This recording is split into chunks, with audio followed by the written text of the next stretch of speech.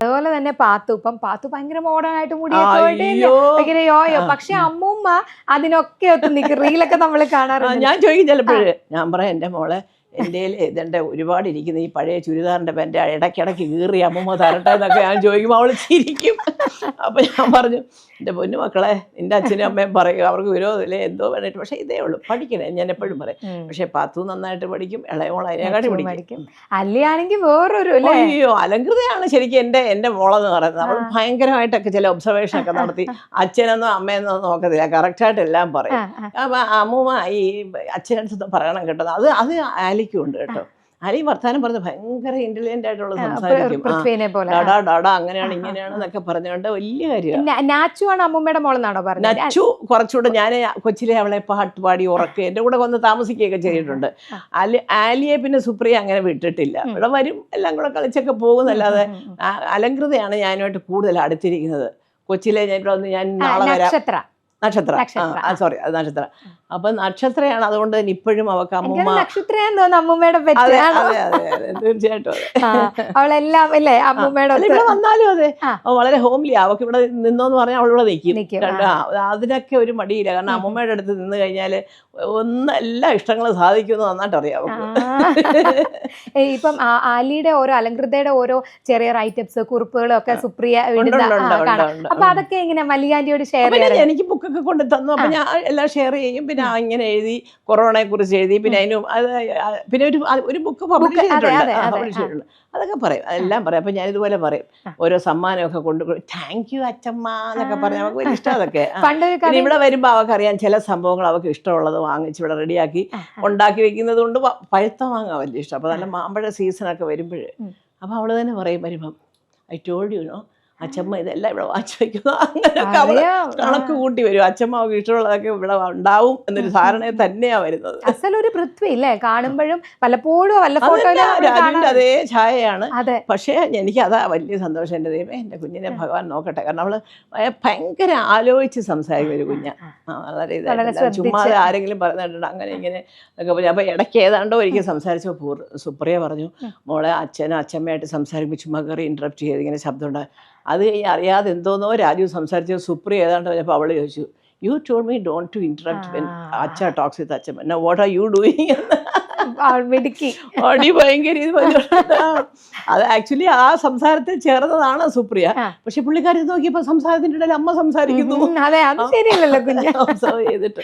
അങ്ങനെ ചില ടൈമിങ്ങിൽ നമുക്ക് കുഞ്ഞാള് കൊള്ളാമല്ലോ എന്ന് തോന്നും. അതെനിക്ക് തോന്നുന്നു പാത്തും നച്ചും എനിക്കൊന്ന് കുറച്ചുകൂടെ ഈ സോഷ്യൽ മീഡിയയിലൊക്കെ നമ്മൾ കാണുന്നുണ്ട്. ഒരാൾ നന്നായിട്ട് പാടും, നാച്ചു ഡാൻസ് ചെയ്യത്തില്ലേ? എല്ലാരും ഡാൻസ് ചെയ്യും. പാത്തു ആണെങ്കിൽ നന്നായിട്ട് രണ്ടുപേരും അതെ.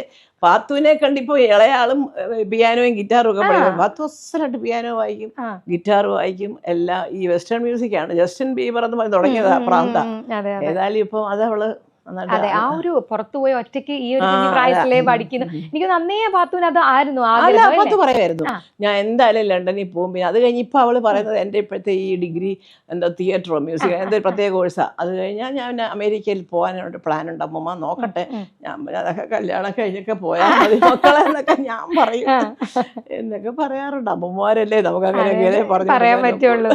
എന്നാലും പാത്തു എന്ന് പറയുമ്പോ ആദ്യത്തെ കൊച്ചുമോളാണ് അല്ലേ?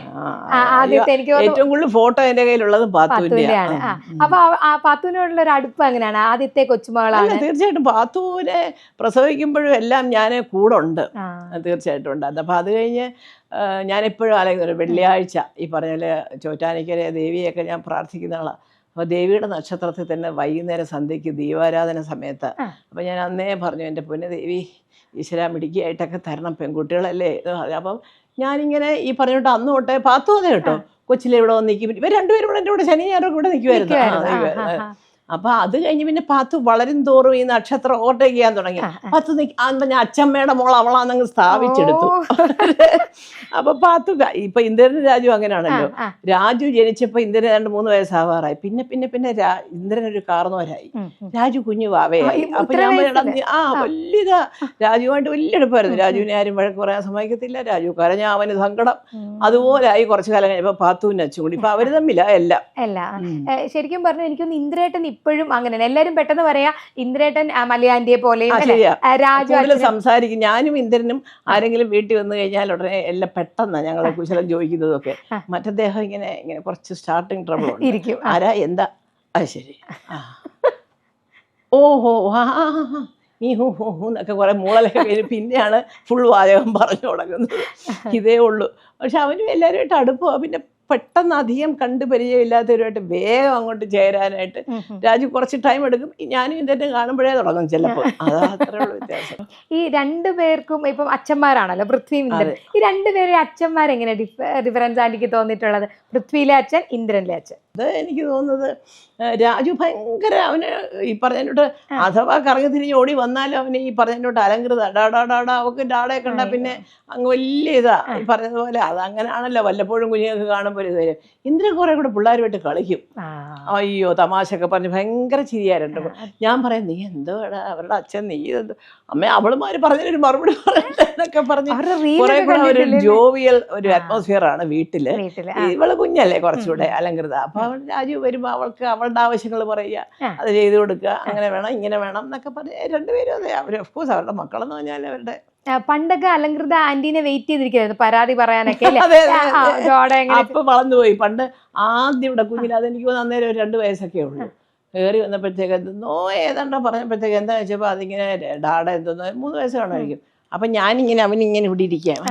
കൊച്ചു കുഞ്ഞിനെ വഴക്ക് പറഞ്ഞ് കരയിപ്പിക്കുക. അത് പലപ്പോൾ അപ്പോൾ യോ ചുമ്മാതാ പൈറ്റ വെറുതെ ഇങ്ങനെ തട്ടി കാണിച്ചുള്ളൂ. അവളതിങ്ങനെ ശ്രദ്ധിച്ചു. പിന്നത്തെ പ്രാവശ്യത്തിൻ്റെ ഈ വാതിൽ തുറന്നപ്പോൾ തന്നെ അച്ഛമ്മ ഡാഡ വഴക്ക് ഇന്നും വഴക്ക് പറഞ്ഞാൽ എൻ്റെ അമ്മേ അച്ഛമ്മയ്ക്കൊരു അധികാരം ഉണ്ടെന്നറിയാം എന്നെ ഏറ്റവും തല്ല് തരാനായിട്ട്. ഇവളുണ്ടാക്കിയ കഥയാണ്, ഞാൻ അവളെ എപ്പോഴാണ് വൈകിട്ട് കണ്ടതെന്നൊക്കെ പറഞ്ഞു. അപ്പം ഞാനിങ്ങനെ ആലോചിച്ചു. പിന്നെ അത് കഴിഞ്ഞ് വളർന്നപ്പോൾ അതൊക്കെ മോളും അങ്ങ് മറന്നു. സ്മാർട്ട് കാര്യമായിട്ട് സംസാരിക്കും. ക്രിസ്മസ് അവധി നമ്മൾ ചോദിക്കാം അച്ഛമ്മ എന്താ ഇവിടെ ഇരിക്കുന്നേ, അച്ഛമ്മ ഫ്ലാറ്റിൽ വാ നമുക്ക് അവിടെ നിൽക്കാം, അങ്ങനെയൊക്കെ പറഞ്ഞു തുടങ്ങി. ആരും പറഞ്ഞു കൊടുക്കാതൊക്കെ ഞാൻ പറഞ്ഞു മക്കളെ തൊട്ടപ്പുറത്തല്ലേ, അച്ഛമ്മയ്ക്ക് ഇവിടെ വരുന്നതാണ് ഇഷ്ടം, നിങ്ങളൊക്കെ ഇവിടെ വരുമ്പോൾ അച്ഛമ്മ പഴുത്ത വാങ്ങുകയും അതൊക്കെ ഉണ്ടാക്കി റെഡിയാക്കി ഇരിക്കും. പിന്നെ അച്ഛൻ എപ്പോഴാണ് മക്കളെ ഫ്രീ ടൈം കിട്ടുന്നത്, അപ്പോഴല്ലേ വരാൻ നോക്കൂ, എപ്പോഴാണ് അച്ഛനും അമ്മയും അവിടെ ഉള്ളതെന്ന് അച്ഛമ്മയ്ക്ക് എങ്ങനെ അറിയാം എന്നൊക്കെ പറയും. ഇങ്ങനെയൊക്കെ പറയുമ്പോൾ നമുക്ക് മനസ്സിലാവും.